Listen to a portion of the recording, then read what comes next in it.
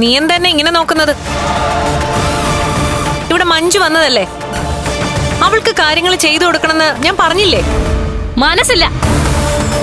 ഇനി ആരുടെ കാര്യങ്ങൾ ഞാൻ നോക്കില്ല. കരുണേ, വാശി വേണ്ട. നീ നിന്റെ രീതിയിൽ മുന്നോട്ട് പോവാണെങ്കിൽ ഉറപ്പായിട്ടും കണ്ണേട്ടൻ വെറുതെ ഇരിക്കില്ല. അയാള് വെറുതെ ഇരിക്കണ്ട.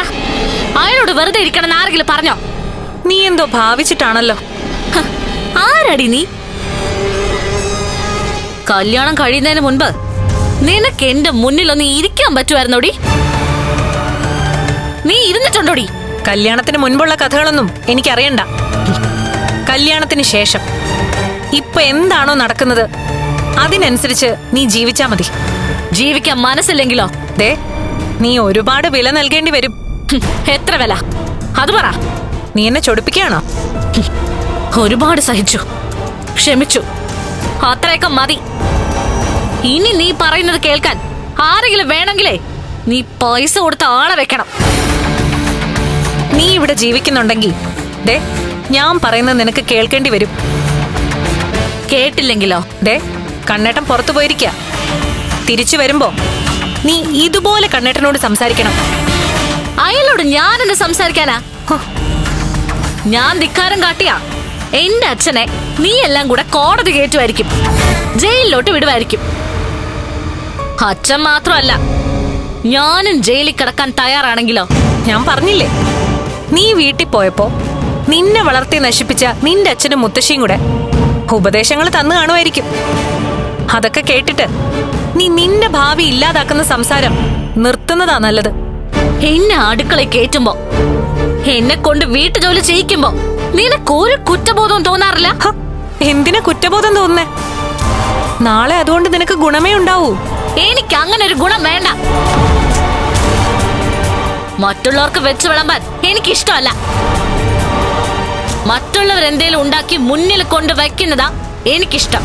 ഇനി അത് നടക്കത്തില്ല എന്ന് മാത്രമല്ല, ഇനി ഒരു കോംപ്രമൈസിന് ഞാനും കണ്ണേട്ടനും തയ്യാറുമല്ല. ഞങ്ങളുടെ വാക്ക് കേൾക്കാൻ വയ്യെങ്കിലേ ഇനി നീ കാണാനും കേൾക്കാനും പോകുന്നത് നീ സങ്കല്പിക്കാത്ത പോലും കാര്യങ്ങളായിരിക്കും.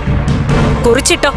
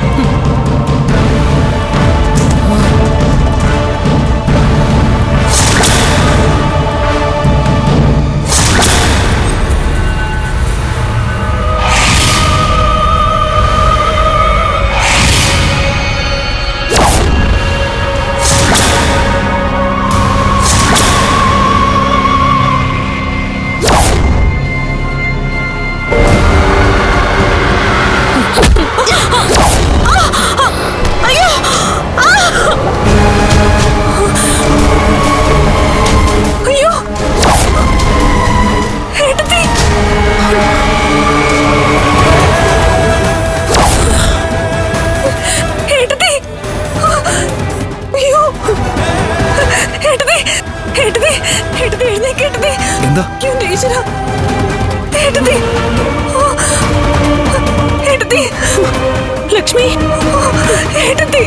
കണ്ണോർക്ക് കണ്ണോർക്ക്. അയ്യോ, അയ്യോ, എന്താ എന്തു പറ്റിയതാ? അവള് കാല് തെറ്റി വീണതല്ല, ഞാൻ തള്ളിയിട്ടതാ. അവളെ അവളുടെ കുഞ്ഞിനെ കൊല്ലാൻ തന്നെ.